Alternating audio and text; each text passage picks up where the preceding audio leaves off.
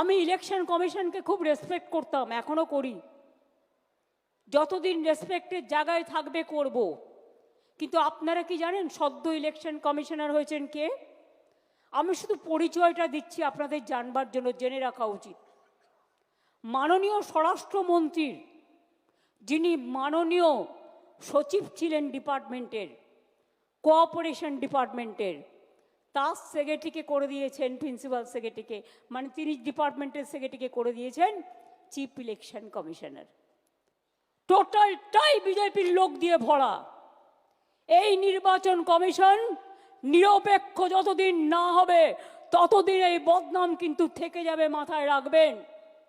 আমরা দেশের, আমরা সারা পৃথিবীতে গর্ব করি, আমরা one of the biggest Democratic country. কিন্তু আদপে কি তাই? সত্যি কি তাই? আজকে মহারাষ্ট্রে হারিয়েছে কি করে? ওরা ধরতে পারেনি।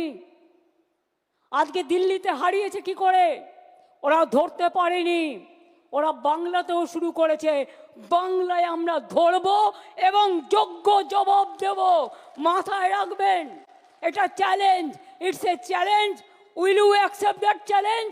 পেছনে যারা আছেন, গ্যালারিতে যারা আছেন, চারিদিকে আমার বাঁদিকে ডান দিকে, লড়বেন, জবাব দেবেন।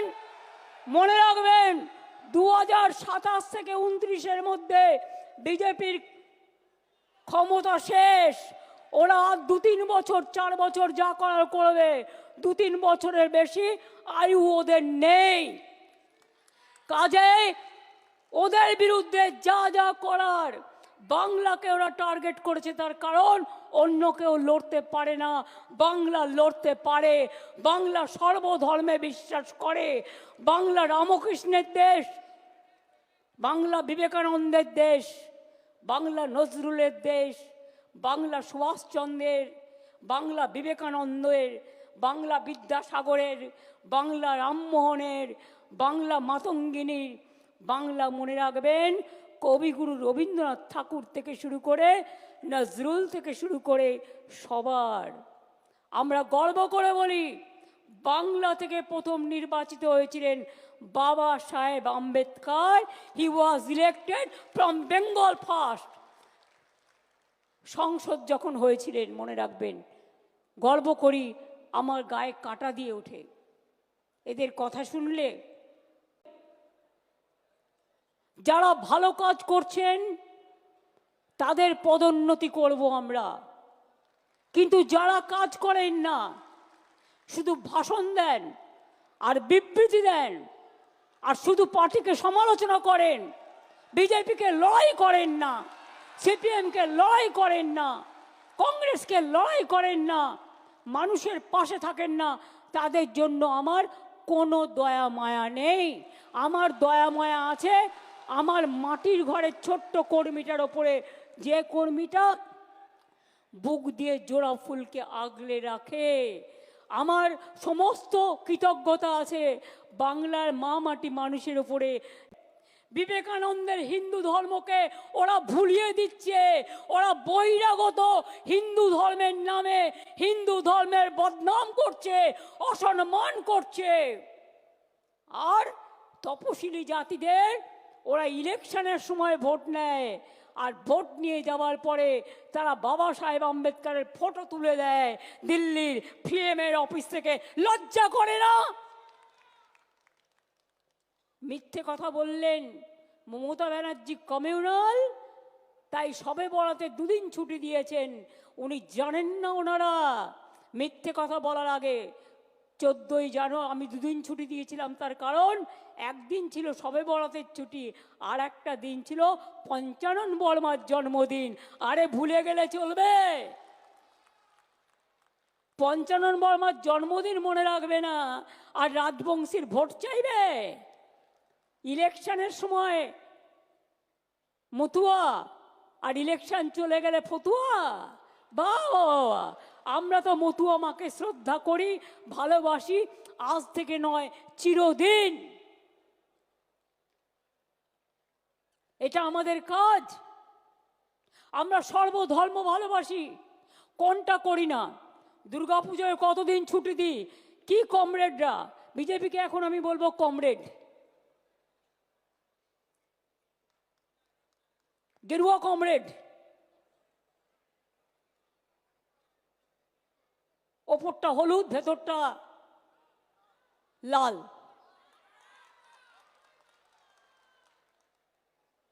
কি গেরুয়া কমরেড, কদিন ছুটি আপনাদের গভর্নমেন্ট দুর্গা পুজোয় দেয়, কালী পুজোয় দেয়, সরস্বতী পুজোয় দেয়, ঈদে দেয়, বড়দিনের ছুটিটাও বন্ধ। বড়দিনে ছুটি দেয় না। Jesus Christ no. আমরা ঈদে দুদিন দিই, বকরিদেও দুদিন, সবে বরাত একদিন, দুর্গা পুজোয় মিলিয়ে মিশিয়ে প্রায় 10 দিন 12 দিন থাকে। কই গৌরী কমরেড, একবারও তো জিজ্ঞেস করেন না। সরস্বতী পুজোয় 2 দিন থাকে, ছট পুজোয় 2 दिन ছুটি দিই। আপনি दिल्ली কদিন ছুটি দেন? छठ पूजा में भी हम 2 दिन छुट्टी देता है, आप कितना दिन देता है? बड़ो बड़ो भाषण। विश्वकर्मा पुजो हाफ छुट्टी है सरकारी कैलेंडारे, किन्तु स्कूलगुलो छुट्टी थाके। কোনো একটা অফিসার কালকে একটা বদমাইশি করেছিল, সে সাসপেন্ড হয়ে গেছে কর্পোরেশন থেকে। কোনো ছুটি উইথড্র করা হয়নি, মিথ্যে কথা, অ্যাবসলিউটলি রং। বিজেপির কিছু নেতা থেকে, চুনোপুটি থেকে রুই কাতলা, টাকাই চলে এজেন্সি দিয়ে। কেউ একটা নিউজ করছে, সেটাকে ইমপ্লিমেন্ট করছে কে? 50টা এজেন্সি কমসে কম বাংলায় পাঠিয়েছে। কেন? বদনাম করবার জন্য। বাজারে রটিয়ে দেওয়া হচ্ছে অভিষেক বন্দ্যোপাধ্যায় বিজেপিতে যাবে। আমি বেঈমান নই। বাজারে ছড়িয়ে দেওয়া হচ্ছে নতুন দল আসছে। বিজেপির হাতে কলকে আর তামাক খেয়ে কয়েকটা সংবাদ মাধ্যম আর 2-4টে সাংবাদিক এই কাজটা করছে। আমি তাদের নাম করে এই সবার পরিবেশ নষ্ট করব না। আর খবরে যা দেখবেন, আমি আপনাকে বলছি 100তে 100টাই মিথ্যে। কোনো খবরের কথায় বিশ্বাস করবেন না। কালকে খবরে দেখানো হয়েছে অভিষেক বন্দ্যোপাধ্যায়ের বিরুদ্ধে ইডি চার্জশিট দিয়েছে, সিবিআই চার্জশিট দিয়েছে। 28 পাতার চার্জশিট, 2 জায়গায় খালি আমার নামটা লিখেছে।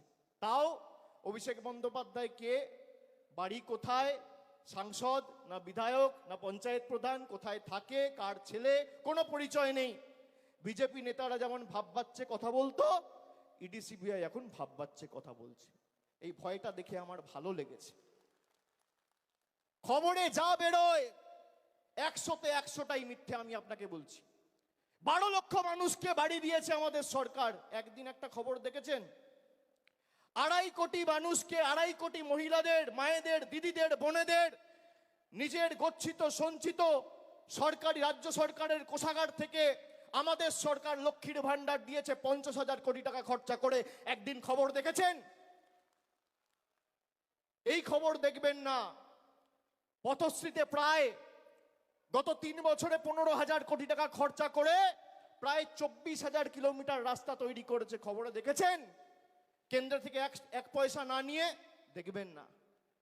অভিষেক ব্যানার্জির বিরুদ্ধে সিবিআই চার্জশিট দিয়েছে।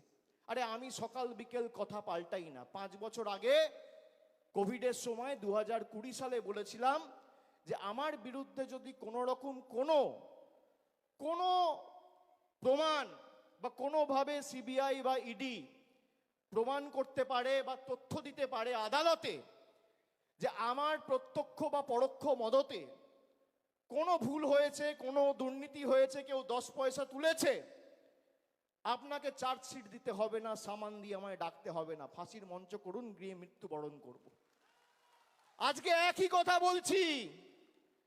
আপনার কাছে প্রমাণ থাকলে প্রমাণ দেবেন। আমাকে তো সিবিআই ডেকেছিল, নবজোয়ারে যখন গেছিলাম, যাত্রা বন্ধ করে এসেছি একদিনের জন্য। সিবিআই দপ্তরে গেছি, 10 ঘন্টা জিজ্ঞাসাবাদ করেছে, তারপরের দিন আবার বাঁকুড়ায় গিয়ে নবজোয়ার শুরু করেছি। কাঁচকলা, আপনি কি ভাবছেন ধমকে চমকে দমিয়ে রাখবেন? আমি অন্য ধাতুতে তৈরি, আপনি যত প্রহার করবেন, যত আঘাত করবেন, মানুষের কাছে যাব মাথা নত করে সমর্থন চাইবো। আপনাদের কাছে আত্মসমর্পণ বশ্যতা স্বীকার করার পাত্র অভিষেক বন্দ্যোপাধ্যায় নয়।